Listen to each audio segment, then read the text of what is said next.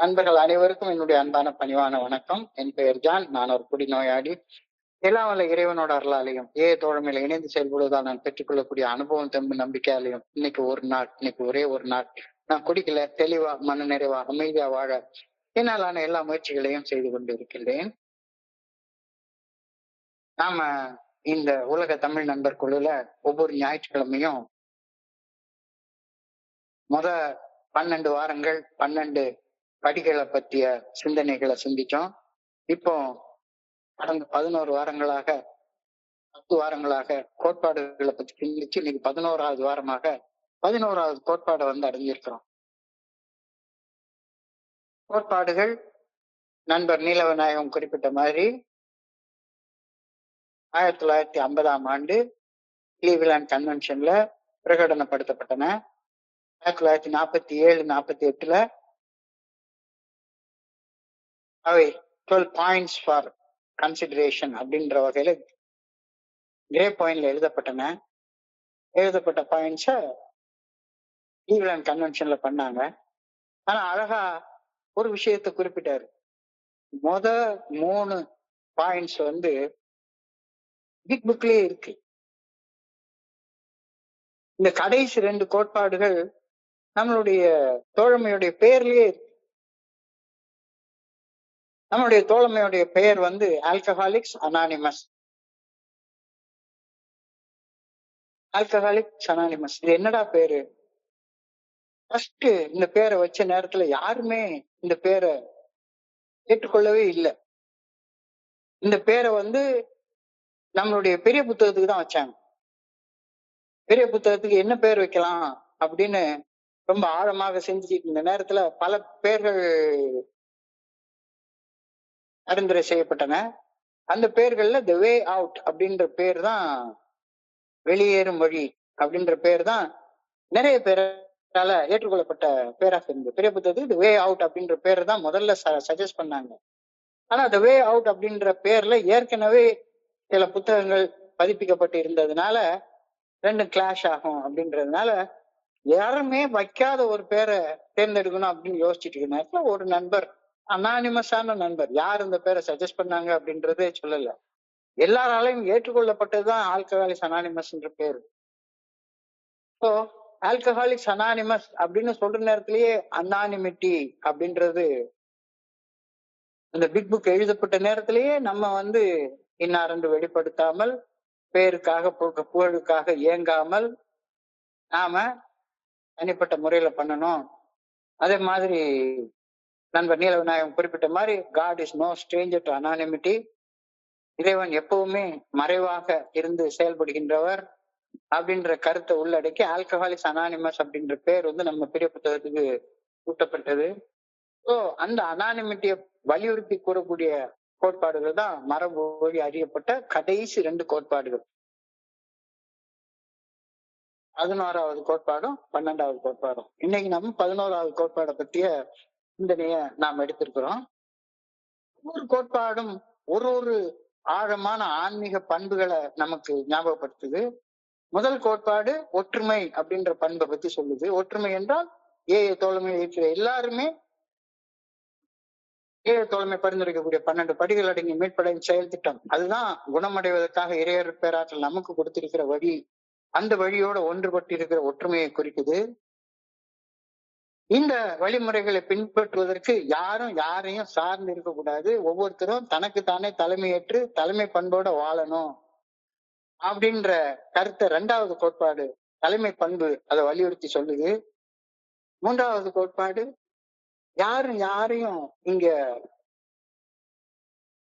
உறுப்பினர் சேர்க்கை எல்லாம் பண்ண முடியாது. எல்லாருமே நீ 40 வருஷம் சோபரா இருந்தாலும் சரிதான், வெறும் 4 நாள் சோபரா இருந்தாலும் சரிதான், அல்லது நீ தோழமைக்கு சேராத ஒரு மனுஷனாக ஃபியூச்சர் ப்ராஸ்பெக்டா இருந்தாலும் சரிதான், எல்லாரும் சமம் அப்படின்ற 3வது கோட்பாடு சமத்துவத்தை சொல்லுது. 4வது கோட்பாடு இங்க யாரும் ஆட்சி அதிகாரம் செலுத்துறதே கிடையாது. குரூப் அட்டானமி, தன்னாட்சி, சுயேட்சையாக செயல்படுதல் இல்ல, தன்னாட்சி, தன்னைத்தானே வாழ்ந்து கொள்தல். இந்த 12 படிகள் அடங்கிய மீட்படையும் செயல் திட்டத்தை வாழ்க்கையாக வாழ்றதுல ஒரு மனிதன் தன்னைத்தானே ஆண்டு கொள்ள வேண்டும் அப்படின்ற கருத்தை 4வது கோட்பாடு சொல்லிச்சுது. 5வது கோட்பாடு சிங்கிள்டன் பர்பஸ். நம்ம ஏஐல எதுக்காக இணைஞ்சிருக்கிறோம், ஒரு குழுவாக என்ன செயல்பட போறோம், நம்மளுக்கான செயல் நோக்கம் என்ன அப்படின்னு சொல்லி யோசிச்சு பார்த்தா ஒரே ஒரு செயல் நோக்கம் மட்டும்தான். எடுத்துக்காட்டு மூலம் அடுத்தவங்களுக்கு பணி செய்து கிடைக்கிறது மட்டும்தான் நம்முடைய செயல் நோக்கம். இப்போ ஒரே ஒரு ஒற்றை செயல் நோக்கம், சிங்கிள்டன் பர்பஸ். அது 5வது கோட்பாடு சொல்லுது. 6வது கோட்பாடு, இந்த சிங்கிள்டன் பர்பஸ்ல நம்ம தனித்து செயல்படுவோம், யாரு கூடயும் அஃபிலியேட் ஆகி இணைந்து கொண்டு செயல்படுறது கிடையாது. We are single in this purpose, தனித்து செயல்படுவோம் அப்படின்றது 6வது கோட்பாடு சொல்லுது. 7வது கோட்பாடு, எஸ், யாரையும் நம்ம சார்ந்து செயல்பட மாட்டோம், சுய சார்பு, செல்ஃப் சப்போர்ட்டிங். செல்ஃப் சப்போர்ட்டிங், இந்த இடத்துல செல்ஃப் என்ற வார்த்தை சுயம், இறைவனை குறிக்கக்கூடிய சொல். இறைவனை சார்ந்து நம்முடைய பங்களிப்புகளை அளித்து நாம சுய சார்புடன் இயங்குகின்றோம் அப்படின்ற அந்த சுய சார்பு அப்படின்ற பண்பை 7வது கோட்பாடு வலியுறுத்தி சொல்லிச்சுது. 8வது கோட்பாடு, நான் ப்ரொஃபஷனல், லாப நோக்கத்தோட எதையுமே செய்யக்கூடாது, எது செஞ்சாலும் நமக்கு இலவசமாக கிடைச்சது நம்ம இலவசமாக பகிர்ந்து கொள்ளக்கூடிய பண்பை வளர்க்கிறது 8வது கோட்பாட்டுல சொல்லப்பட்டிருந்தது. 9வது கோட்பாடு, எஸ், ஏஏ தோழமை என்பது ஒரு அமைப்பு அல்ல, நிறுவனம் அல்ல, ஒரு எஸ்டாப்ளிஷ்மெண்ட் அல்ல, ஒரு இன்ஸ்டிடியூஷன் அல்ல. ஏஏ தோழமை ஒரு தோழமை குழுமம். அவதிப்பட்டு கொண்டிருக்கும் நம்ம நண்பர்களுக்கு பணி செய்ய அமைப்பு ரீதியான ஆட்சி அதிகாரம் தேவையே கிடையாது, பணி செய்ய மனித நேயம், அன்பு இருந்தா போதும் அப்படின்னு 9வது கோட்பாட்டுல ரொம்ப அழகாக ஆழமாக பார்த்தோம். போன வாரம் 10வது கோட்பாடு, நான் கான்ட்ரவர்ஷியல். ஏஏ தோழமை எந்த ஒரு கருத்தையும், அது மதம் சம்பந்தமாக இருந்தாலும் சரிதான், அரசியல் சம்பந்தமாக இருந்தாலும் சரிதான், அல்லது சமுதாய முன்னேற்றம் சம்பந்தமாக இருந்தாலும் சரிதான், ஏன் மது விலக்கு சம்பந்தமாக இருந்தாலுமே சரிதான், எந்த ஒரு கருத்தையும் ஆதரிக்கிறதோ எதிர்க்கிறதோ கிடையாது. எல்லா விஷயங்கள்லயும் நடுநிலைமை தான், நியூட்ரலா தான் இருக்கும். முரண்பாடின்மை, இது 10வது கோட்பாடு சொல்லியிருந்தது. இப்ப 11வது கோட்பாடு, பப்ளிக் ரிலேஷன்ஸ் பாலிசி, பொது தொடர்பு கொள்கை. ஏஏ தோழமையின் செயல்பாடுகளுக்கான விளம்பரம் ஏஏ நண்பர்களால் செய்யப்படவே கூடாது. ஏஏ தோழமையின் நலத்தை விரும்பக்கூடிய மனிதர்கள் நிறைய பேர் இருக்காங்க. நமக்காக அவங்க விளம்பரம் பண்ணட்டும், நமக்காக அவங்க விளம்பரம் பண்ணட்டும். ஏஏ தோழமையை பற்றி அறிந்து ஏஏ தோழமையில் இணைய வருவோரை எடுத்துக்காட்டான வாழ்க்கை மூலம் நிலைத்திருக்க செய்யறதுதான் நம்மளுடைய வேலை. வர்றவங்களை வாங்க வாங்க வாங்க வாங்க வாங்கன்னு கூப்பிடுறது நம்ம வேலை கிடையாது. அந்த வேலையை நம்மளை சுத்தி இருக்கக்கூடிய நம்மளுடைய வெல் விஷர்ஸ், நம்மளுடைய நலம் விரும்பிகள் செய்யட்டும். நாம கண்டவங்களை வெளியே விடாம நம்மளுடைய எடுத்துக்காட்டான வாழ்க்கையின் மூலமாக அவங்க உள்ள தங்க வைப்போம் அப்படின்ற கோட்பாடு இந்த 11வது கோட்பாடு, பொது தொடர்பு கொள்கை, பப்ளிக் ரிலேஷன்ஸ் பாலிசி. அதாவது அழகா சொல்லுவாங்க, என்னுடைய குருஜி எனக்கு ரொம்ப அழகா சொல்லுவாரு, எதை பத்தியும் பிரசங்கம் எல்லாம் பண்ணாத, அறிவுரை சொல்லாத, ஆலோசனை சொல்லாத, அனுபவத்தை மட்டுமே சொல்லு, அனுபவத்தை மட்டுமே சொல்லு. உனக்கு அனுபவம் இல்லாத எதை ஒன்னையும் வாயை திறந்து பேசாத அப்படின்னு சொல்லி சொல்லுவாரு. தியானம் பண்றது அப்படின்னா தியானம் பண்ணுன அனுபவத்தை சொல்லு, பிரார்த்தனை பண்ணுன அனுபவத்தை சொல்லு. தியானத்தை பத்தி திருமூலர் சொல்லியிருக்காரு, திருமந்திரத்தை சொல்லியிருக்காரு, அங்க சொல்லியிருக்கு, இங்க சொல்லி, திருமூலர் சொன்ன விஷயங்களை நீ வாழ்க்கையில ஃபாலோ பண்ணியிருந்தேன்னா அந்த இதை உன்னுடைய அறிவை அனுபவமாக மாற்றிக்கொண்டு பகிர்ந்து கொள். நம்மளுடைய பப்ளிக் ரிலேஷன்ஸ் பாலிசி அப்படித்தான் இருக்கணும், விளம்பரப்படுத்தக்கூடாது அப்படின்ற கருத்தை இந்த 11வது கோட்பாட்டுல சொல்லியிருக்கிறாங்க. ஸோ ஏஏ தோழமையின் செயல்பாடுகளுக்கான விளம்பரம் ஏஏ தோழமையின் நலம் விரும்பும் நல்லுள்ளங்களால் மட்டுமே செய்யப்படும். ஏஏ தோழமையை பற்றி அறிந்து ஏஏ தோழமையில் இணைய வருவோரை எடுத்துக்காட்டான வாழ்க்கை மூலம் ஏஏ தோழமையில் நிலைத்திருக்க வைப்பதுவே நம்ம ஒவ்வொருவருடைய செயல்பாடு அப்படின்ற கருத்து ரொம்ப அழகாக இந்த இடத்துல சொல்லப்பட்டிருக்கிறது. ஸோ 11வது கோட்பாடு, இதோடைய platform, our public relations policy is based on attraction rather than promotion. We need always maintain personal anonymity at the level of press, radio and films. ஏஏ தோழமையின் பொது தொடர்பு கொள்கை விளம்பரமின்றி ஈர்ப்பின் அடிப்படையில் மட்டுமே அமைதல் வேண்டும்.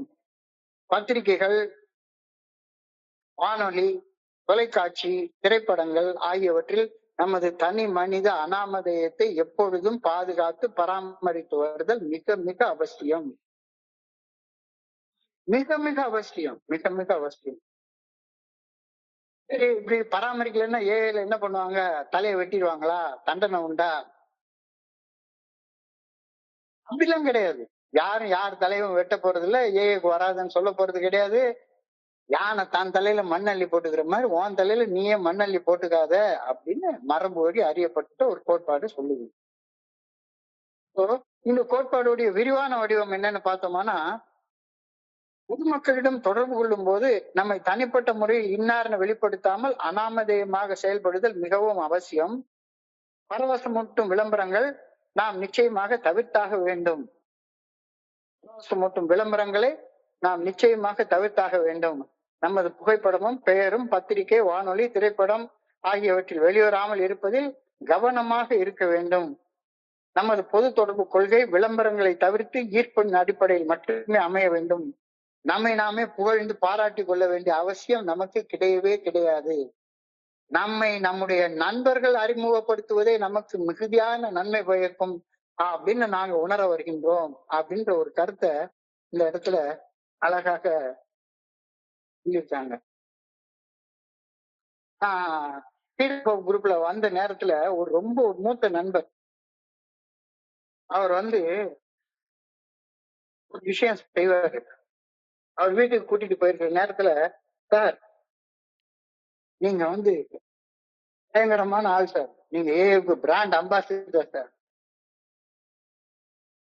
உடனே அவர் சிரிச்சுக்கிட்டே சொல்லுவாரு, அவருடைய மனைவி வீட்டுக்குள்ளார உட்கார்ந்துருப்பாங்க, ஏமா புதிய நண்பர் வந்திருக்காரு, வா, நான் எப்படி இருந்தேன், எனக்கு என்ன நடந்தது, நான் இப்ப எப்படி இருக்கேன் அப்படின்னு இந்த நண்பர்கிட்ட நீ சொல்லு அப்படின்னு சொல்லுவாரு. அப்ப ஏஐ தோழமையுடைய நலம் விரும்பிகள் நிறைய பேர் இந்த உலகத்துல இருக்கிறாங்க, நிறைய பேர் இருக்கிறாங்க. அதுல ரொம்ப முதன்மையான ஆள் எடுத்துட்டா நம்முடைய துணைவியர்கள். ஏஐ தோழமையின் நலம் விரும்பும் மிகப்பெரிய மனித பட்டாளமே இந்த உலகத்துல இருக்குது. அதனால நம்மள விளம்பரம் பண்ற வேலையை அவங்க செய்யட்டும், நம்ம நாமளையே சொல்லிக்க வேண்டாம் அப்படின்ற கருத்தின் அடிப்படையில தான் இந்த இதுல வந்திருக்கு. அவங்க வந்தோடனே அந்த அம்மா வருவாங்க, அடிச்ச கூத்து சாதாரண கூத்து இல்லைங்க அப்படின்னு அவருக்கு பதிலாக அவங்க மனைவி அவருடைய ட்ரங்கலாக பேசிட்டு சொல்லுவாங்க, இப்பேற்பட்ட மனுஷன் இன்னைக்கு அவரை பார்க்க வீடு தேடி இன்னைக்கு ரொம்ப ஒரு எக்ஸம்பிளரி மனுஷனாக வாழ்றாரு அப்படின்னு சொன்னா, எல்லா புகழும் இறைவன் ஒருவனுக்கு, நீ நதி போல ஓடிக்கொண்டே இரு, எல்லாமே ஏவுக்கு தான் சாரும், தனி மனுஷனுக்கு எந்த புகழும் சாரவே சாராது அப்படின்னு விளம்பரத்தை யார் சொல்லுவா? அந்த மூத்த நண்பருடைய மனைவி சொல்லுவாங்க. இதைத்தான் சொல்ல முத பேரால எழுதியிருக்கிறாரு. ஏஐ தோழமையின் நலனை விரும்பும் ஒரு மிகப்பெரிய மனித பட்டாளமே உள்ளது இந்த உலகத்தை. அவங்களுடைய ஆதரவு இல்லாம ஏஐ தோழமை வளர்ந்து இன்றிருக்கும் உன்னத நிலையை நிச்சயம் அடைந்து இருக்காது. லூயி அப்படின்ற அவருடைய மனைவியார் துணைவியார் இல்லைன்னா, டாக்டர் பாபுக்கு அவருடைய மனைவி ஆனி அப்படின்றவங்க இல்லைன்னா, அவங்க ரெண்டு பேருக்கு இறையர்கள் இல்லாம இருந்திருந்தா ஏஐ தோழமை வளர்ந்துருக்குமா என்ன? வளர்ந்தே இருக்காது. அப்ப ஏஐ தோழமையை வளர்த்ததுக்கு, ஏஐ தோழமையுடைய வளர்ச்சிக்கு பின்னால ஒரு மாபெரும் படைப்பாற்றல் இருக்குது. உலகெங்கிலும் நமது ஏஐ தோழமையை முடிந்த வகையில் எல்லாம் மிகுதியாக விளம்பரப்படுத்தி நமது ஏஐ தோழமையில் நிறைய நண்பர்கள் சேர்றதுக்கு ஏஐ தோழமையை விளம்பரப்படுத்தணும் அப்படின்றதுல மாற்று கருத்து இருக்கவே முடியாது. கண்டிப்பாக எல்லாருக்கும் ஏஐ தோழமைன்னு ஒண்ணு இருக்கு அப்படின்ற செய்தி போய் சேரணும். கண்டிப்பாக சேரணும். Alcoholics must be anonymous, but Alcoholics Anonymous is not anonymous. AI தோழமை அப்படின்னு ஒண்ணு இயங்கிட்டு இருக்குது இந்த உலகத்துல, லட்சக்கணக்கான கோடிக்கணக்கான மக்களுடைய நல்வாழ்வுக்கு பாத்திரமாக இருக்குது அப்படின்ற செய்தி எல்லாரையும் போய் சேரணும். ஏஐ தோழமை விளம்பரப்படுத்தப்பட வேண்டும், அதுல சந்தேகமே கிடையாது. ஆனா அந்த விளம்பரத்தை யார் செய்யறது அப்படின்றதுலதான் பெரிய கேள்வியே வருது. ஸோ நண்பர்கள் வெகுவாக ஏஏ தோழமையில் வந்து இணைவதற்கு முதன்மையான காரணமாக நம்முடைய நலத்தை விரும்புபவர்கள் அமைகிறார்கள் அப்படின்ற கருத்து சொல்றாரு. ஏஏ தோழமையில வந்து இணைகிறதற்கு, ஏஏ தோழமை ஆரம்பமாவதற்கு நம்ம பில்டபிள்யூ மட்டும் சொல்ல முடியாது. அவருக்கு முன்னால கால் ஜுங் ஆரம்பிச்சு, டாக்டர் வில்லியம் சில்கோட் ஆரம்பிச்சு, ரெவரண்ட் ஃபாதர் ஷூமேக்கர் ஆரம்பிச்சு, எத்தனையோ பேர், அவருடைய மனைவிமார்கள், குடி நோயாளிகள் அல்லாத எத்தனையோ பேர் இருக்காங்க. நமது ஏஏ தோழமையின் அலுவலகங்களிலும், ஏஏ தோழமை குழுக்களால் நடத்தப்படும் விடுதிகளிலும், இல்லங்களிலும் எப்பவும் தொலைபேசி இடையராது ஒலித்து கொண்டே இருக்குது. இப்பவும் நம்ம பார்த்தோம்னா எல்லா இடத்துலயும் ஐயா குடிச்சிட்டு கஷ்டப்படுறாங்க, உதவி வேணும் உதவி வேணும் உதவி வேணும் அப்படின்னு கேட்ட வண்ணம் இருக்கிறது. எப்படிப்பா கேட்ட? ஏஏ தோழமையை பத்தி ஒரு கட்டுரை இந்த செய்தித்தாள்ல படிச்சேன் அப்படின்னு ஒருத்தர் சொல்றாரு. இன்னைக்கு வானொலியில ஏஏ தோழமை குறிச்ச ஒரு நிகழ்ச்சியை கேட்டேன் அப்படின்னு இன்னொரு குரல் சொல்லுது. இன்று நான் ஒரு திரைப்படம் பார்த்தேன், அந்த திரைப்படத்துல ஏஏ தோழமை பற்றிய ஒரு செய்தி வந்தது. ஒரு தொலைக்காட்சி நிகழ்ச்சியை பார்த்தேன், அந்த நிகழ்ச்சியில ஏஏ தோழமை பற்றிய ஒரு செய்தி வந்தது. இந்த மாதிரி எங்கெங்கயோ ஒரு பிட் நோட்டீஸ பார்த்தேன், ஒரு பெட்டி கடையில ஒரு சின்ன பேனரை பார்த்தேன், அதை பார்த்தேன், இதை பார்த்தேன் அப்படின்னு ஏகப்பட்ட பேர் எந்தெந்த வகை மூலமாக. ஒரு நண்பர் சொன்னாரு, எஃப்எம் ரேடியோல நான் ஒரு நண்பர் வந்து ஏஏ தோழமையை பத்தி ஒரு சின்ன ஒரு துணுக்க கொடுத்திருந்தாரு. ஏடைய முகவுரையை வாசிச்சிருக்காங்க அந்த எஃப்எம் ரேடியோல. அதை கேட்டுட்டு ஒருத்தர் வந்தேன்னு இன்னைக்கு சொல்றாரு. ஏஏ தோழமையில் வந்து இணைவோரின் எண்ணிக்கை, அந்த எண்ணிக்கையில 3/4 மேல யாரால கிடைச்சதுன்னா இந்த மாதிரி ஏஏ தோழமை பற்றிய பல செய்திகள் பல ஊடகங்கள் மூலமாக, பல இடங்கள் மூலமாக இருக்கு. அப்ப ஏஏ பத்தி இந்த செய்தி கிடைச்ச உடனே எல்லாரும் ஏஏ தோழமையில வந்து சேரணும் அப்படின்னு சொல்லி ஆசைப்படுவாங்க. அப்போ அந்த வந்து சேர்ந்து ஏஏ கூட்டத்துல என்ன நடக்குது இங்க அப்படின்னு பார்க்க வர்றவங்க நம்மளை பார்த்து மூக்கு மேல விரல வச்சு வியந்து போய் உட்காரணும். எப்படி வாழ்ந்துட்டு இருந்த மனுஷன், இவ்வளவு கேவலமா அசிங்கமா அவமானமா வாழ்ந்துட்டு இருந்த மனுஷன் இன்னைக்கு இப்படி நல்ல ஒரு வாழ்க்கை வாழ்ந்துட்டு இருக்கானா அப்படின்னு மூக்கு மேல விரல வச்சு அவங்க பாக்குற அளவுக்கு நாம வாழ்ந்து காட்டணும். அதுதான் நம்ம வேலை. நம்மளை நாமளே விளம்பரப்படுத்திக்கிறது, படன்னு அடிச்சுக்கிட்டே அலையிறது, அது நம்ம வேலை இல்ல.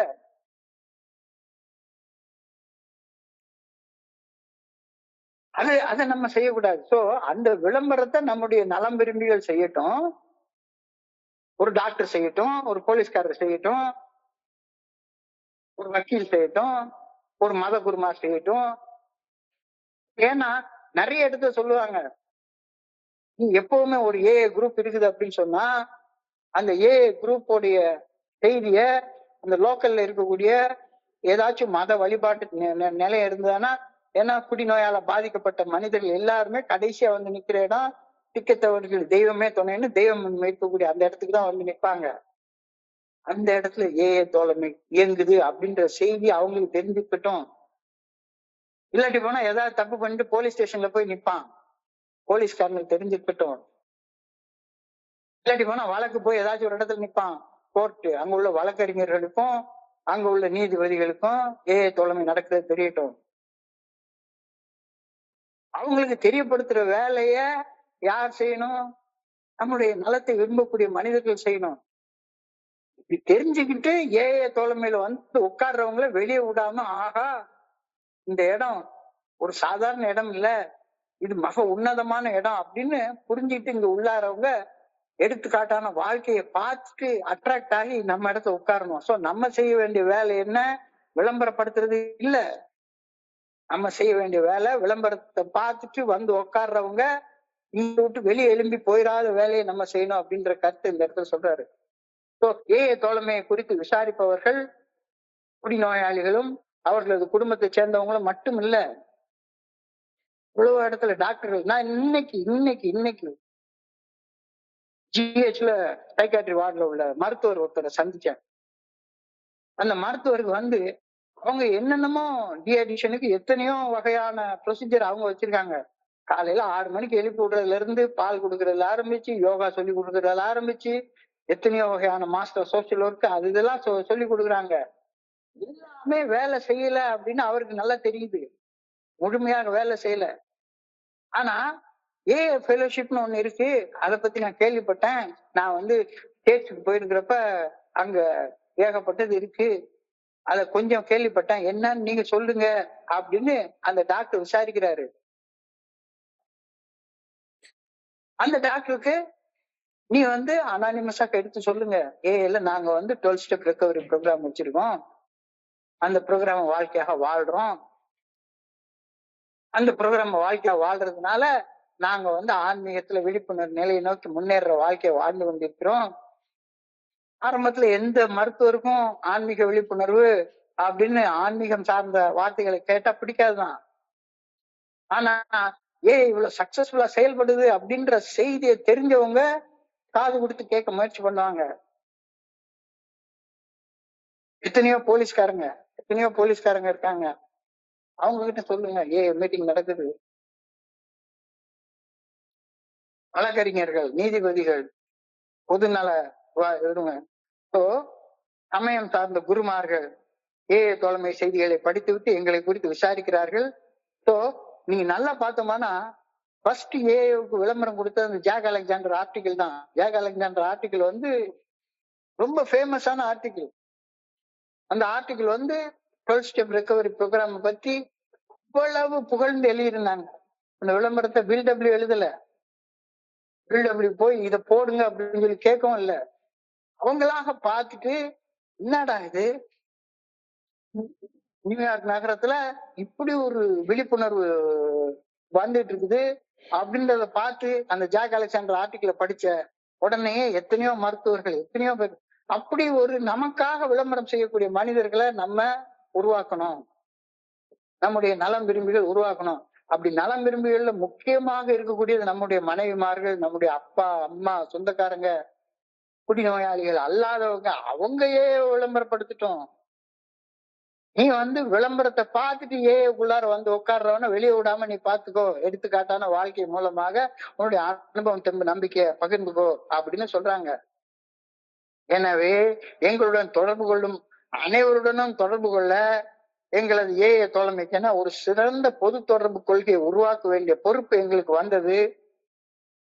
பல வழி தர வல்ல அனுபவங்களின் விளைவாக அந்த பொது தொடர்பு கொள்கை எப்படி இருக்க வேண்டும் என்பதை நாங்கள் இறுதியாக கண்டடைந்தோம். வழக்கமாக விளம்பரங்களின் மூலம் செய்யப்படும் பொது தொடர்புகளுக்கு நேர் எதிர்மாறாக அக்கொள்கை அமைந்திருந்தது. விளம்பரங்களை தவிர்த்து ஈர்ப்பின் அடிப்படையில் மட்டுமே அமையும் ஒரு பொது தொடர்பு தத்துவத்தை சார்ந்து நாங்கள் செயல்பட்டாக வேண்டும் என கருதினோம். இது நம்ம நண்பர் நீலவநாயகம் சொன்ன மாதிரி 15 வருஷங்கள் கழிச்சதுக்கு அப்புறம் தான் அவங்களுக்கு தோணுச்சுது. 15 வருடங்கள் கழிச்சதுக்கு அப்புறம் தான். ஏன்னா என்னை நானே விளம்பரப்படுத்திக் கொள்ளக்கூடிய அந்த விளம்பர மோகம் ஒவ்வொரு குடிநோயாளிக்கும் இருக்கும். எல்லாரும், ஏன்னா குடிநோயாளிகளே கவன ஈர்ப்புக்காகவே செயல்படுறவங்க. ஏன் குடிச்சேன்னு எல்லாரும் குடிக்கிற போதைக்காண்டிலாம் முதல்ல குடிச்சது கிடையாது. இல்ல கசப்பா இருக்கக்கூடிய அந்த சாராயத்தை போய் எவன் குடிப்பான்? சோ கவனத்தை ஈர்க்கிறது தான் நம்மளுடைய அடிப்படை நோக்கம். அதாவது எனக்கெல்லாம் நான் 9ஆம் கிளாஸ் படிக்கிறப்ப சிகரெட் குடிச்சேன். 9ஆம் கிளாஸ் படிக்கிறப்ப சிகரெட் குடிக்க ஆரம்பிச்சேன். ஏன் சிகரெட் குடிக்க ஆரம்பிச்சேன்? சிகரெட் குடிக்கிறது பிடிச்சிருந்தா குடிக்க ஆரம்பிச்சேன்? இல்ல, நான் கருன்னு இருக்கேன், பார்க்க அவ்வளவு அட்ராக்டிவா இல்ல, பாக்குற பொண்ணுங்க யாரும் என்னை கவனிக்கவே மாட்டேங்கிறாங்க. அப்போ ஒரு நண்பன் சொல்றான், ஆம்பளைன்னா கையில ஒரு சிகரெட் இருக்கணும்டா, அப்போ எல்லாரும் கவனிப்பாங்க. இந்த வில்லன் ஹீரோ டைப் ரஜினிகாந்த் மாதிரி டபக்குன்னு தூக்கி போட்டு, அப்ப அந்த காலத்துல நாங்க காலேஜ்ல படிக்கிற நேரத்துல எல்லா இடத்துலயும் அந்த வில்லன் ஹீரோ கான்செப்ட் தான். கையில ஒரு சிகரெட் இருந்தா எல்லாரும் உன்னை கவனிப்பாங்க. சிகரெட் குடிக்கிறதுனால எனக்கு பெரிய போதை வந்துச்சு, அதெல்லாம் கிடையவே கிடையாது. ஸ்டைல் ஸ்டைல் ஸ்டைல் ஸ்டைலா இருக்கும் அப்படின்னா சிகரெட் குடிக்க ஆரம்பிச்சது, எல்லாரும் கவனிப்பாங்க அப்படின்னு. ஸோ அடிப்படையிலேயே ஒவ்வொரு குடிநோயாளியும் ஒவ்வொரு அடிக்டும் அடுத்தவங்க கவனிக்கணும் அப்படின்றதுக்காக தான் எல்லா தப்பையும் செஞ்சான். வெறுமனை சும்மா உட்கார்ந்துட்டு இருந்தா சரியா வராது. ஒரு ஒரு ஒரு உள்ள போட்டா எந்த வகையான கூச்சமும் இல்லாம கையை கால ஆட்டி டான்ஸ் ஆடலாம், எல்லாரும் கவனிப்பாங்க. கவன ஈர்ப்பு தீர்மானத்துக்காக தான் தப்பே செய்யறான்.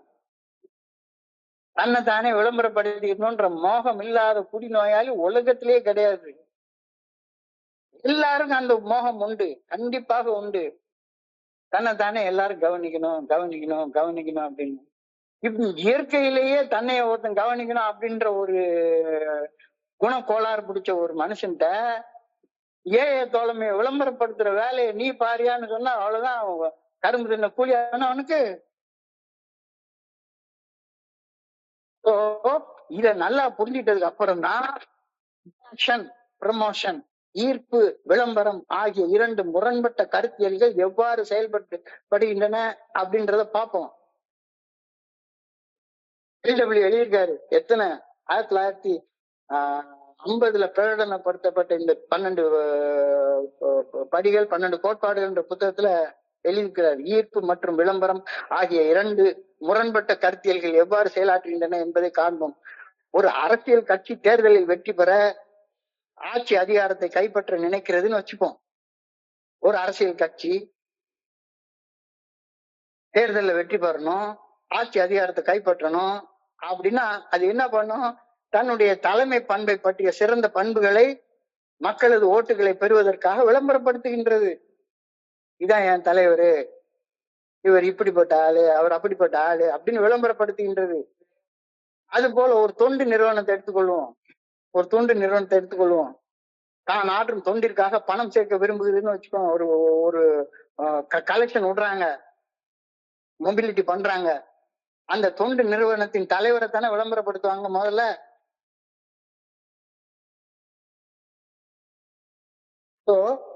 அந்த தொண்டு நிறுவனத்துக்கு பண்ணணும்னா ஒரு புகழ்பெற்ற ஒரு செலிபிரிட்டி முகத்தை போட்டுருவாங்க. அப்பதான் பணம் வந்து சேரும். இந்த உலகத்துல அரசியல், பொருளாதாரம், சமயம் சார்ந்த செயல்பாடுகள் அனைத்திலும் மனிதர்கள் தத்தமது தலைமையை விளம்பரப்படுத்தி செயல்படுவதையே பெரும்பாலும் சார்ந்து வாழ்கிறார்கள். எல்லாரும் ஒரு தலைவருக்கு தான் ஓட்டு போடுறோம். நம்ம கொள்கைக்கு ஓட்டு போடுறதே கிடையாது, தலைவருக்கு தான் ஓட்டு போடுறோம். உலகமே அப்படித்தான் செயல்படுது. இந்த உலகத்தில் அரசியல், பொருளாதாரம், சமயம் சார்ந்த செயல்பாடுகள் அனைத்திலும் மனிதர்கள் தத்தமது தலைமையை விளம்பரப்படுத்தி செயல்படுவதையே பெரும்பாலும் சார்ந்து வாழ்கிறார்கள்.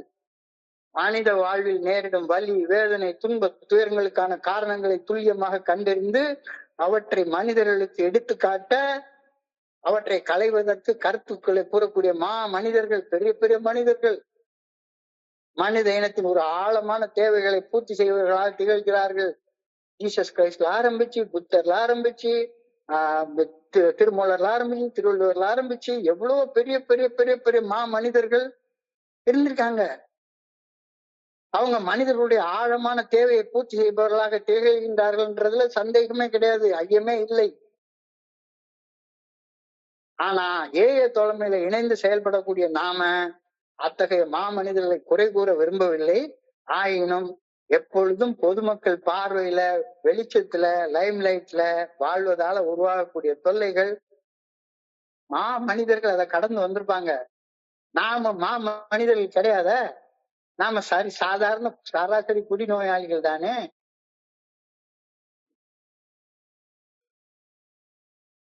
நாம நமக்கு என்ன தெரியும்? நமக்கு ஒண்ணுமே தெரியாதானே. குடிநோயாளிகளாகிய நாங்கள் இயற்கையாகவே இயல்பாகவே எங்களை விளம்பரப்படுத்திக் கொள்ளும் அடக்க முடியாத ஆர்வத்தை சுலபமாக கொண்டிருப்பவர்கள். அடக்க முடியாத ஆர்வம். கூட்டம் இருக்குன்னா நான் முன்னால போய் நிக்கணும், எல்லாரும் என்னைய கவனிக்கணும். கவன ஈர்ப்பு தீர்மானம் தான் என்னுடைய முக்கியமான ஒண்ணு.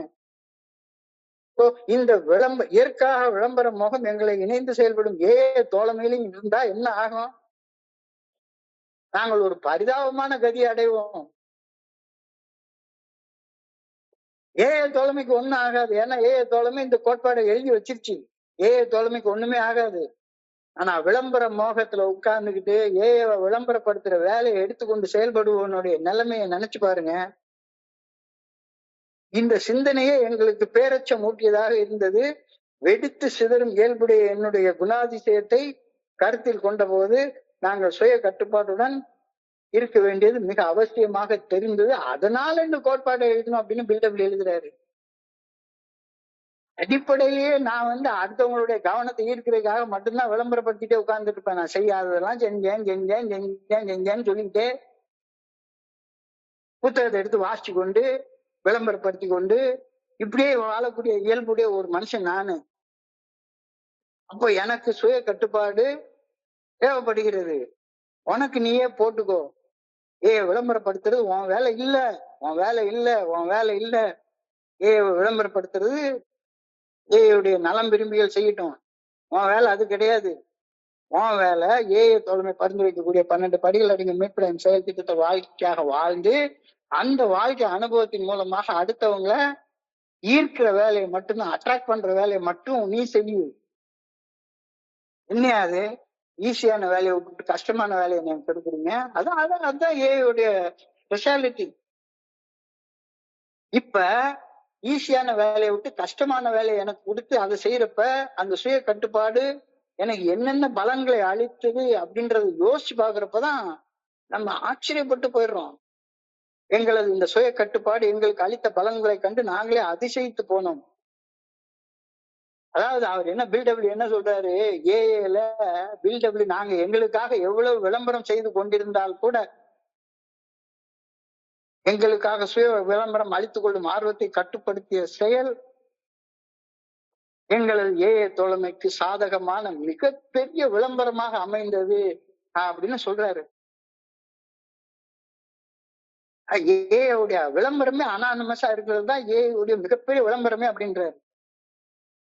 இந்த வார்த்தையை மறுபடியும் வாசி காட்டுறேன். பில்டபிள்யூடைய வார்த்தை, நாங்கள் எங்களுக்காக சுய விளம்பரம் அளித்துக் கொள்ளும் ஆர்வத்தை கட்டுப்படுத்திய செயல் எங்களது ஏஏ தோழமைக்கு சாதகமான மிகப்பெரிய விளம்பரமாக அமைந்தது. சொல்ல பில்டபிள்யூடைய வார்த்தைகள். நாங்கள் எங்கள் சக்திகளை எல்லாம் ஒன்று திரட்டி நாங்கள் அறிந்த சிறப்பான விளம்பர நிறுவனங்கள் மூலமாக எங்களை விளம்பரப்படுத்தி கொண்டிருந்தாலும் கூட எங்களுக்கு இந்த அளவு விளம்பரம் நிச்சயமாக கிடைத்திருக்காது. Boost is secret of my energy அப்படின்னு உட்கார்ந்து சச்சின் டெண்டுல்கரையும் தோனியை வச்சு விளம்பரம் படுத்தினா கூட பூஸ்ட் போய் சேர்ந்த அளவு, நம்ம ஏஐ போய் சேர்ந்த அளவு, முடுக்கு எல்லா இடத்துலயும் சேர்ந்த அளவுக்கு விளம்பரம் கிடைச்சிருந்திருக்காது. நாங்கள் எங்களை விளம்பரப்படுத்திக் கொள்ள மாட்டோம் என்று செய்த தீர்மானமே மிகப்பெரிய விளம்பரமாக மாறியது. மிகப்பெரிய விளம்பரத்தை எங்களுக்கு தேடி தந்தது. ஏதாவது ஒரு வகையில் ஏஏ தோழமையை பற்றி உலக பொதுமக்களுக்கு நாங்கள் எடுத்து கூறியே ஆக வேண்டும். கண்டிப்பாக சொல்லித்தான் ஆகணும். அது நம்மளுடைய வெளிப்படையான தேவை. இது மறுக்கவே முடியாத ஒரு உண்மை. எனவே எங்களை விளம்பரப்படுத்தும் பணியை எங்களது நண்பர்கள் செய்வதற்கு நாங்கள் விட்டு விடுவது மேம்பட்ட விளைவுகளை பெற்றுத்தரும் என்று உறுதியாக நம்பி இந்த கோட்பாட்டை செய்ய ஆரம்பிச்சோம். இந்த கோட்பாட்டை எழுதணும் மரபொழியாக அறிந்து இந்த இடத்துல எழுதுறார். மிக துல்லியமாக நாங்கள் நம்பியது நம்ப முடியாத விளைவுகளை சிறப்புடன் நிகழ்த்தியது. ஏஐ தோழமைக்கான விளம்பரம் இல்லாம இருக்கிறது தான். எல்லாவற்றையும் சந்தேக கண்ணோடு பார்க்கும் மூத்த பத்திரிகை நிருபர்கள் கூட எங்களுக்காக ஏஐ தோழமை நற்செய்தி உலக சமுதாயத்துக்கு எடுத்து செல்ல சம்பிரதாய எல்லைகளை கடந்து செயல்பட்டனர். அவர்களுக்கு ஏஐ தோழமை வெறும் கதையாக மட்டும் அமையவில்லை. பெரும்பாலும் ஒவ்வொரு செய்தி துறையிலும் பத்திரிகை துறையை சார்ந்த ஆண்களும் பெண்களும் நமக்காக அவங்க எழுதினாங்க. ஆனா அன்பார்ச்சுனேட்லி இங்க நாம இந்த வேலையை இந்தியாவில செய்யவே இல்லை. இன்னும் செய்யவே இல்லை. நமக்கு விளம்பரத்தை நம்மளே செஞ்சுட்டு உட்கார்ந்துருக்கோம். இன்னும் நம்ம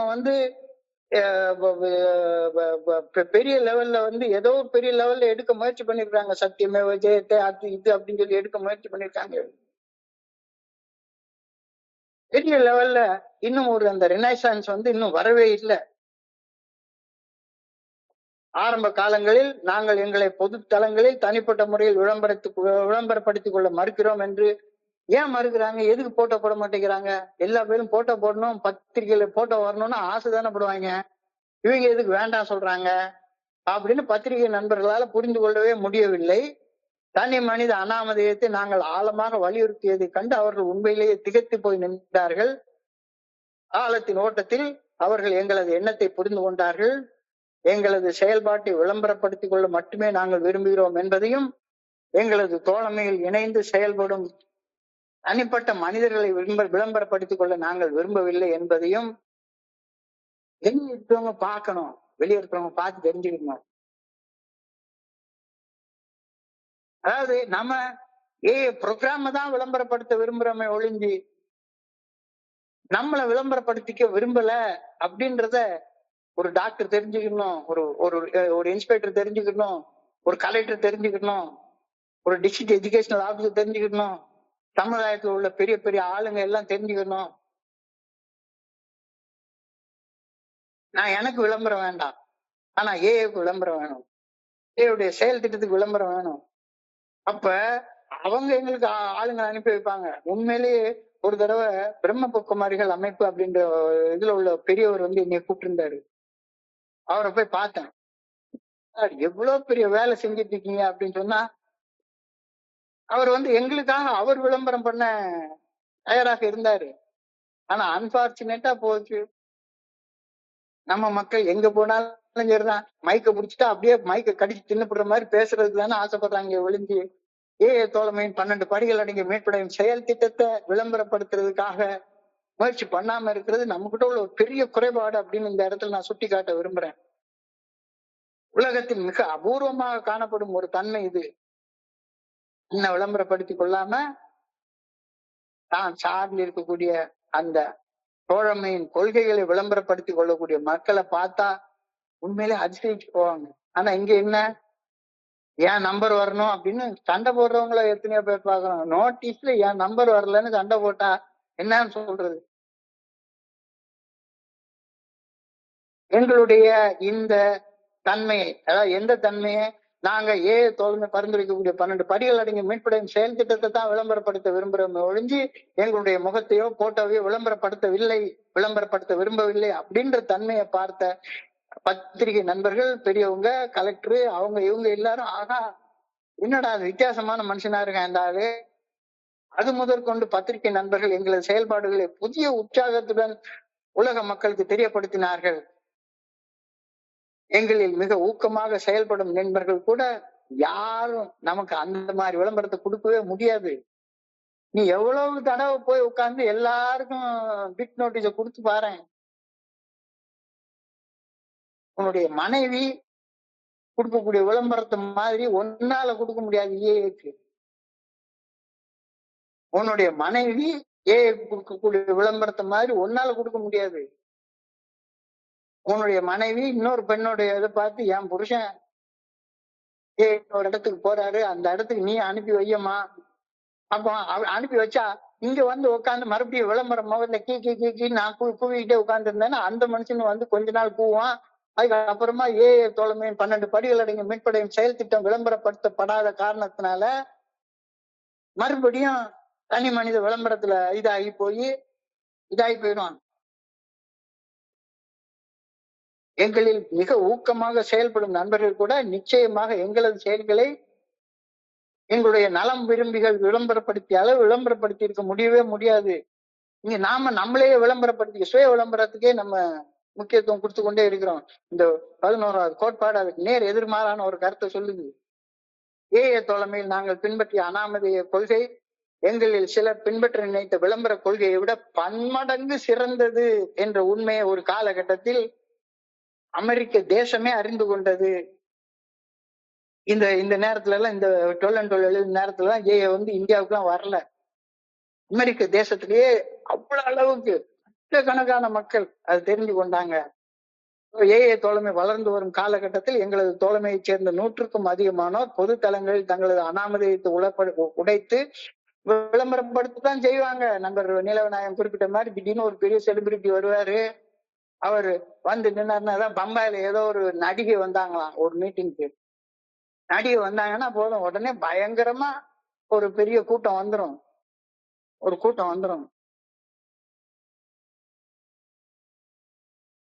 அவங்க வந்து இல்ல இல்ல இல்ல இல்ல நம்மளும் விளம்பரப்படுத்தணும் அப்படின்னா சரிதான், அந்த வேலையை நம்ம தான் செய்யணும்.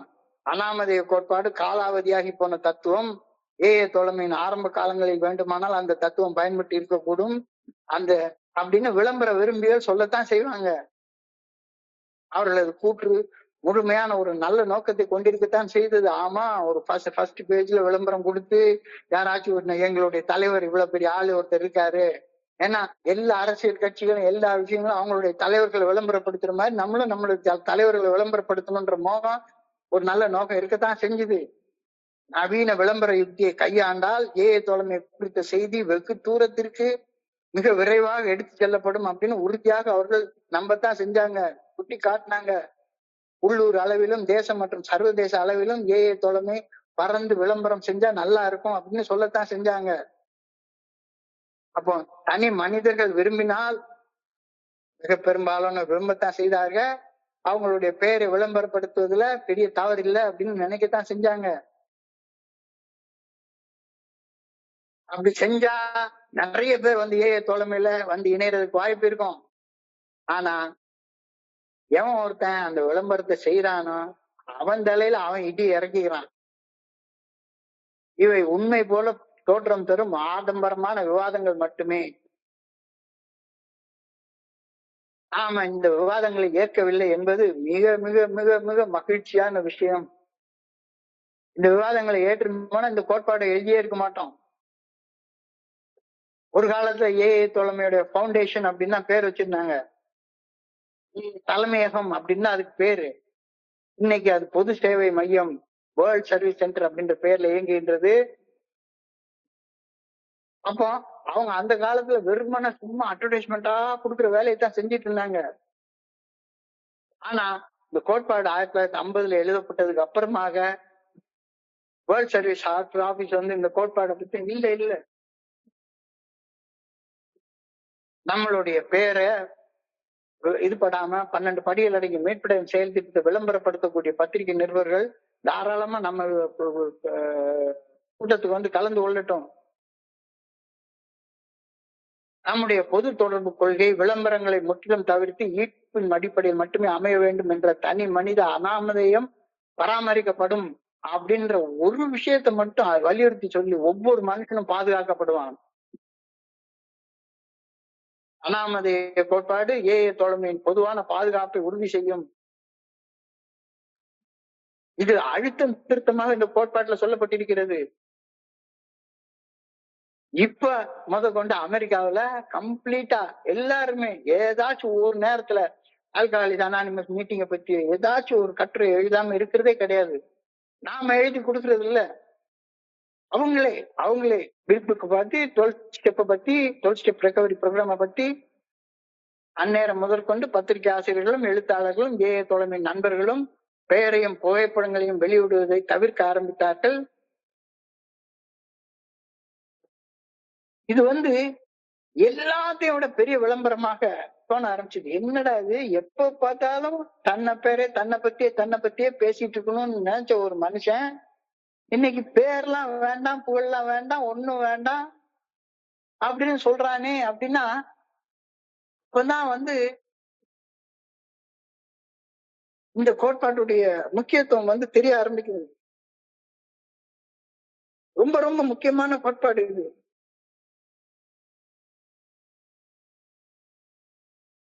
In Alcoholics Anonymous, the 11th step and 11th edition share both fundamental spiritual principles of humility and anonymity,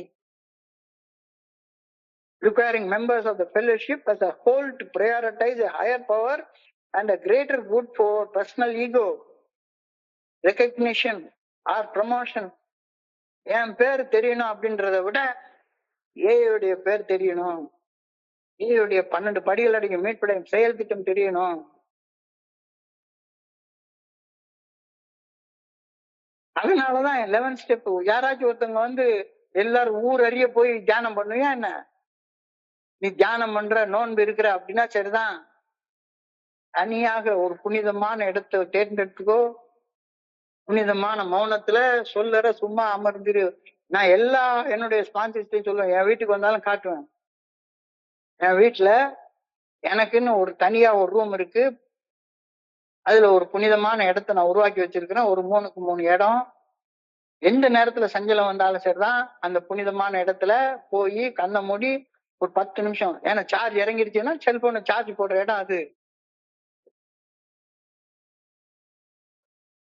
இத நான் இதை செய்யறேன் அப்படின்ற விளம்பரத்துக்காக சொல்லல. கடந்த பல வருடங்களாக எனக்கு உதவி செய்த இந்த தத்துவத்தை நான் உங்ககிட்ட பகிர்ந்து கொள்றதுக்காக நான் சொல்றேன். 11 ஸ்டெப் அண்ட் 11 ட்ரெடிஷன் ரெண்டுமே both share a fundamental spiritual principle called anonymity, which is humility in other words, requiring members of fellowship as a whole to prioritize a higher power rather than personal power for the greater good over personal ego, recognition and promotion.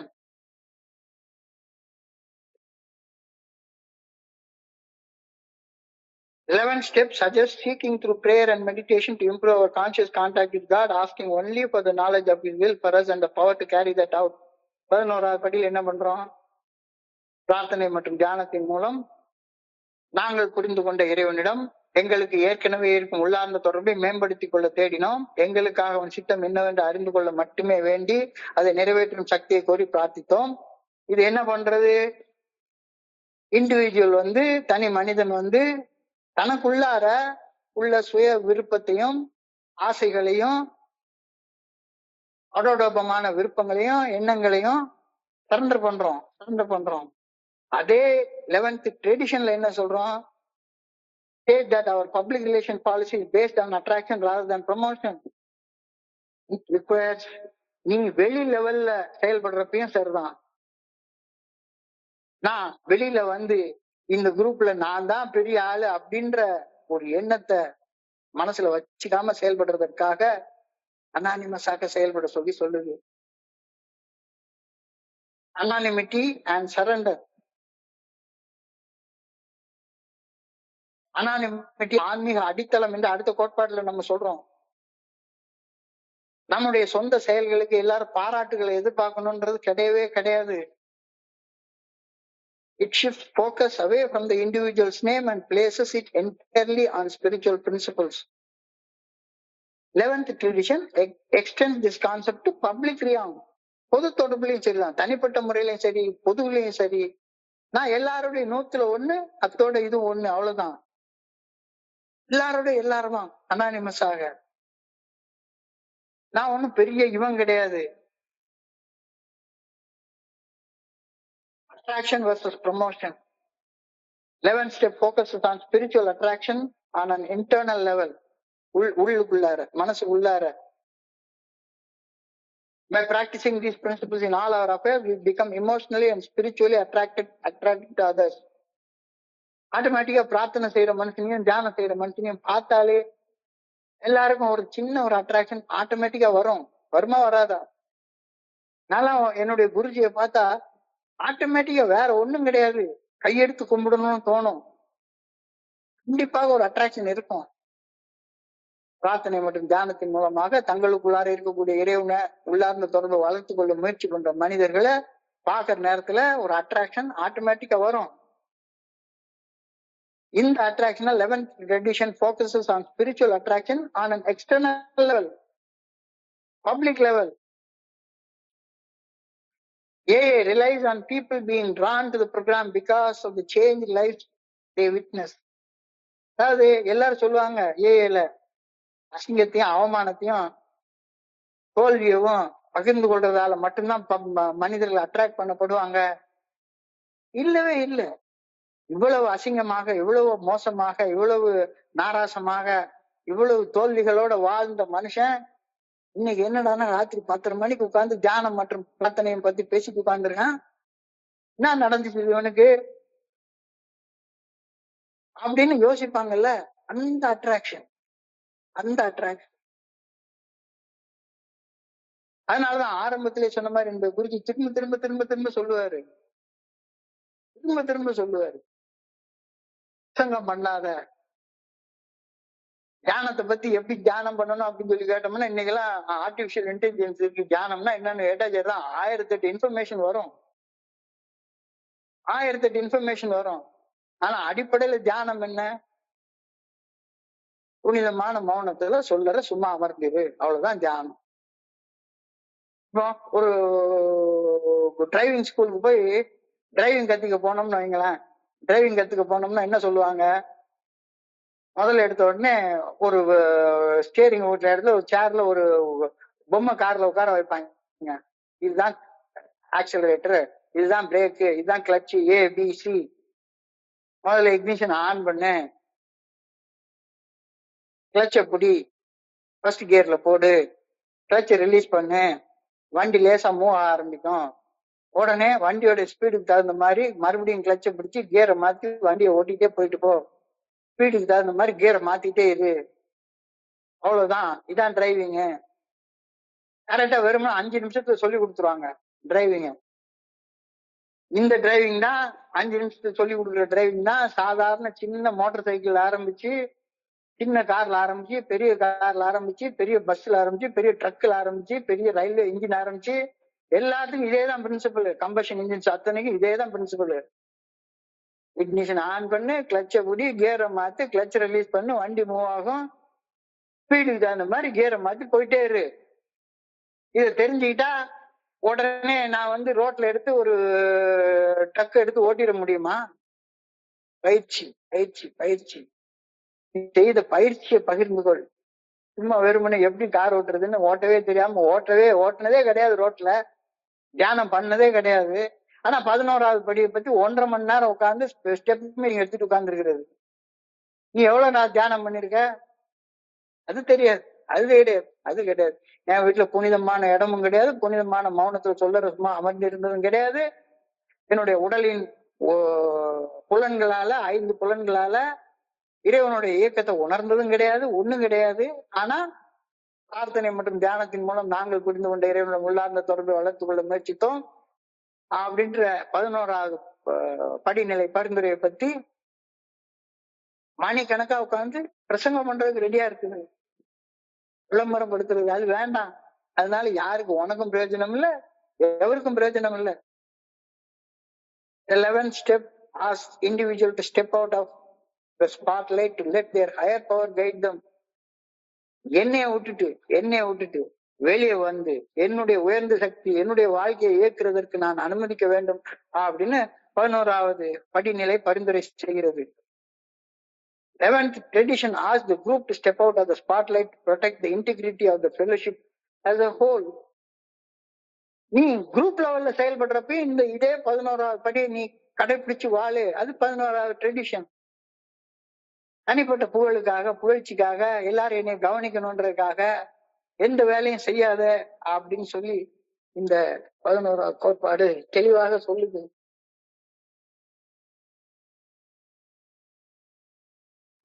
நம்முடைய தோழமையின் 16வது கோட்பாடு வடிவமைக்கப்பட்ட சுருக்கமான வரலாறு பார்த்துட்டோம். எங்களை பொறுத்தவரை இது எங்களது பொது தொடர்பு கொள்கை என்பதையும் விட மிக உயர்வான ஆன்மீக பண்பை பிரதிபலிக்கின்றது. இது நலத்தோடு நாடும் பண்பை விட மிக உயர்ந்த ஒரு ஆன்மீக பண்பு. தனி மனிதர்களின் ஆசைகளுக்கும் லட்சியங்களுக்கும் தோழமையில் இடமே கிடையாது. தனி மனிதர்களின் ஆசைகளுக்கும் லட்சியங்களுக்கும் தோழமையில் இடமே கிடையாது என்ற உண்மையை இந்த கோட்பாடு நடைமுறை யதார்த்தத்தில் தொடர்ந்து நினைவூட்டுகிறது. இந்த கோட்பாடுகளை கடைபிடிப்பதன் மூலமாக தோழமையின் நண்பரும் தோழமையின் பொது நலனை தீவிரமாக பாதுகாக்கும் பாதுகாவலராக ஒவ்வொருத்தரும் செயல்பட ஆரம்பிக்கின்றோம். We are custodian of traditions. ரொம்ப அழகாக இதை வடிவமைச்சு எழுதியிருக்கிறாங்க.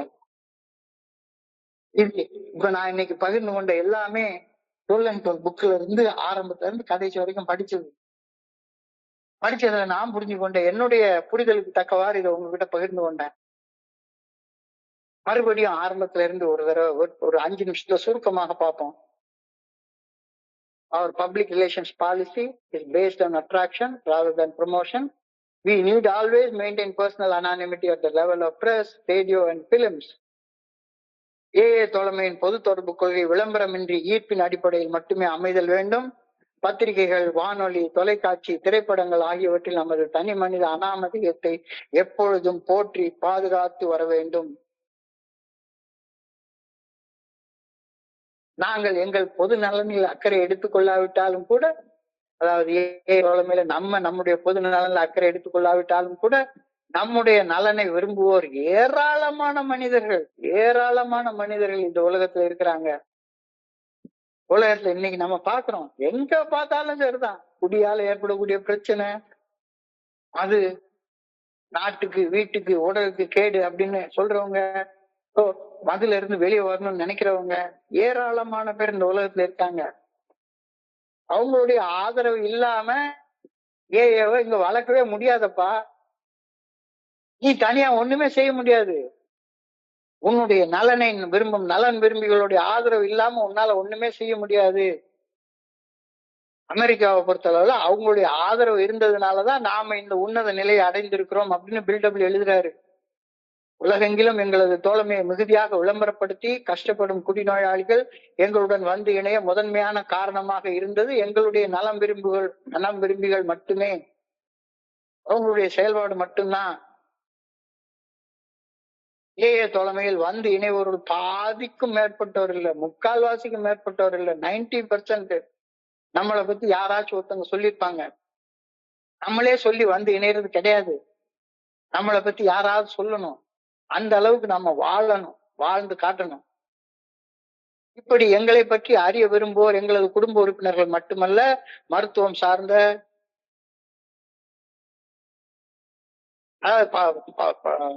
மெடிக்கல் ஜேர்னல்ஸ்ல நிறைய ஆர்டிகல்ஸ் வந்து அமெரிக்கால எழுதுறாங்க. நம்ம ஊர்ல மெடிக்கல் ஜேர்னல்ஸ் எவ்வளவோ இருக்கு, எவ்வளவோ டாக்டர்ஸ் அசோசியேஷன் வச்சிருக்காங்க. அவங்க கூட நம்ம எந்த வகையிலும் இன்டராக்ட் பண்ண மாதிரியே தெரியவே இல்லை.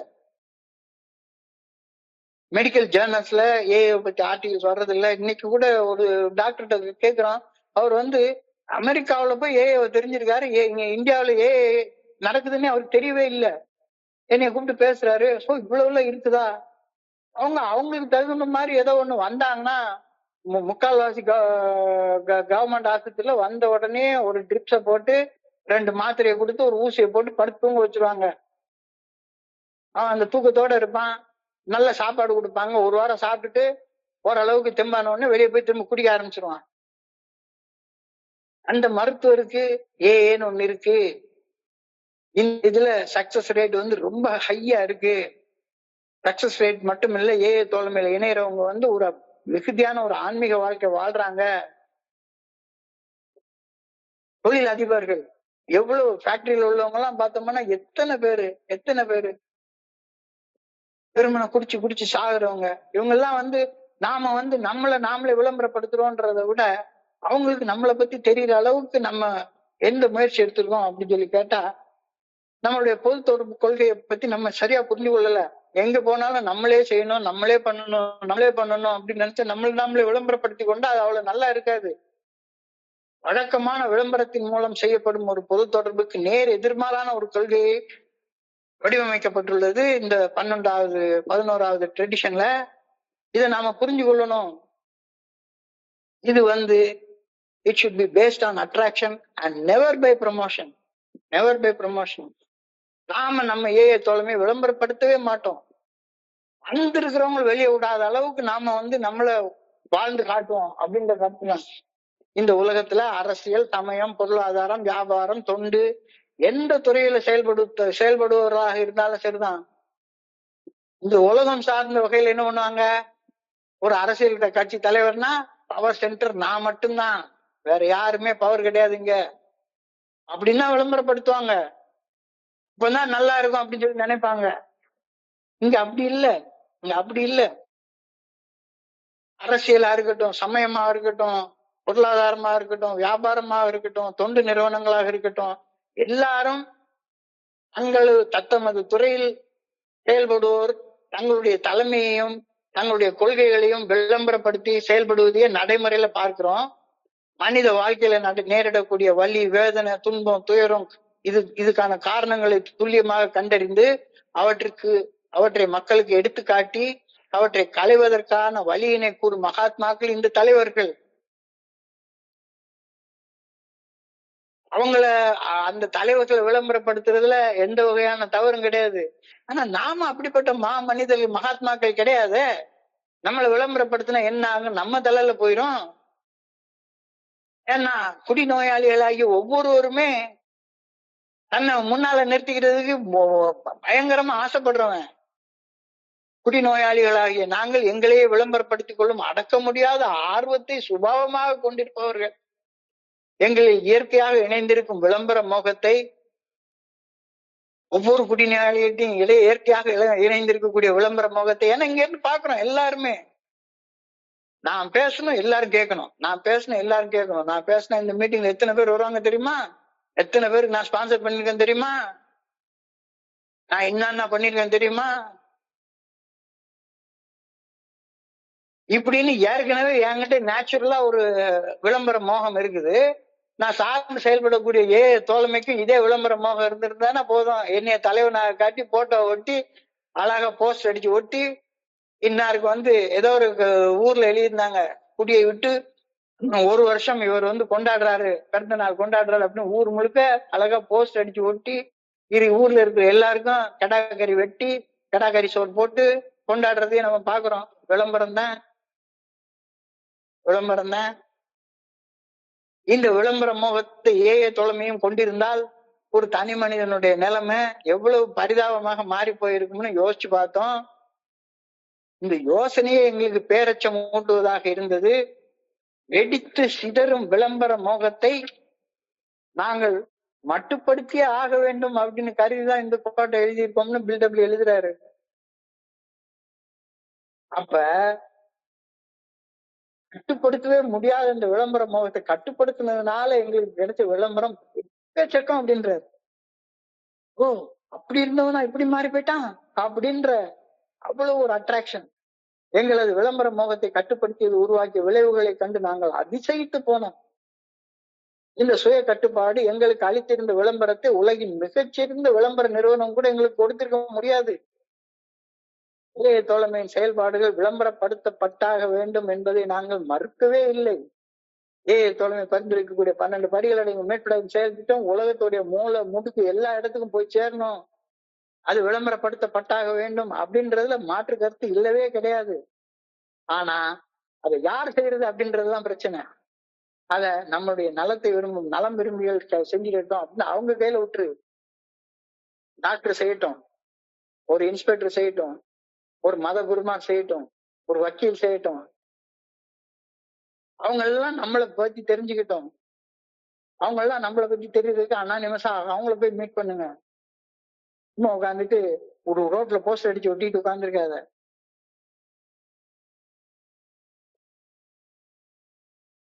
ரொம்ப ரொம்ப சிம்பிள், ரொம்ப ரொம்ப சிம்பிள்.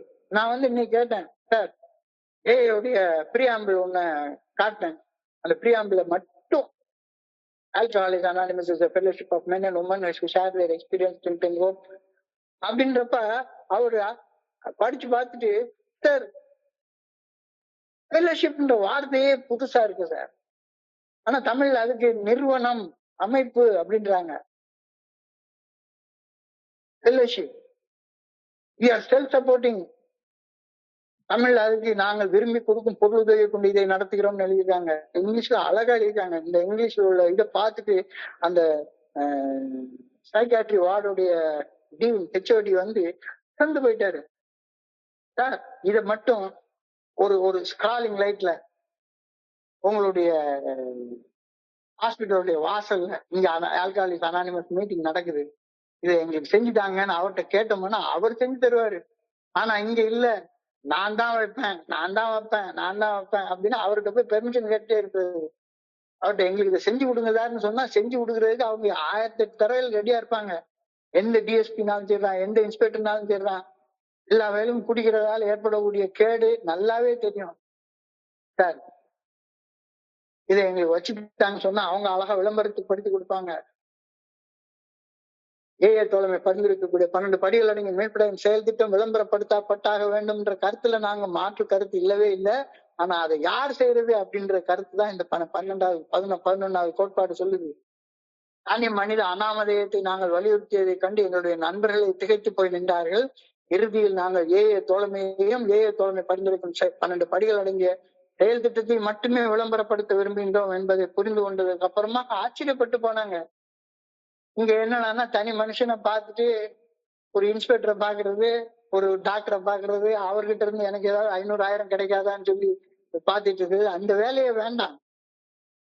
எங்களை பற்றி எங்களது நலம் விரும்புகிறவர்கள் மூலம் அறிய வந்து எங்களோடு வந்து இணைந்து செயல்பட தீர்மானித்தவர்கள் எங்களுடைய மேம்பட்ட வாழ்க்கை முறையால் ஈர்க்கப்பட்டு எங்களோடு இணைந்து செயல்படுவது, அதுதான் நம்ம வேலை. குழுவாக நம்ம ஒன்னா சேர்ந்திருந்து நம்மளுடைய குழுவே ஒரு கோயில் மாதிரி நமக்கு காட்சி தரணும். இந்த கோயிலுக்குள்ளார வந்தவன் கோயில்ல இருந்து வெளியே போக நினைக்க கூடாது. அந்த வேலையை மட்டும் நீ செய். விளம்பரப்படுத்துற வேலைய உன்னுடைய வெல்விஷஸ்ட விட்டுருவோம். இது எங்களது பொது தொடர்பு கொள்கை என்பதை விட பன்மடங்கு மேலான உன்னத பண்பு என்பதை காலத்தின் ஓட்டத்தில் நாங்கள் புரிந்து கொண்டோம். தனி மனித விளம்பரத்திற்கு தோழமையில் இடமே கிடையாது என்ற மிகப்பெரிய உண்மை நடைமுறை யதார்த்தத்தில் இக்கோட்பாடு நினைவூட்டுகிறது.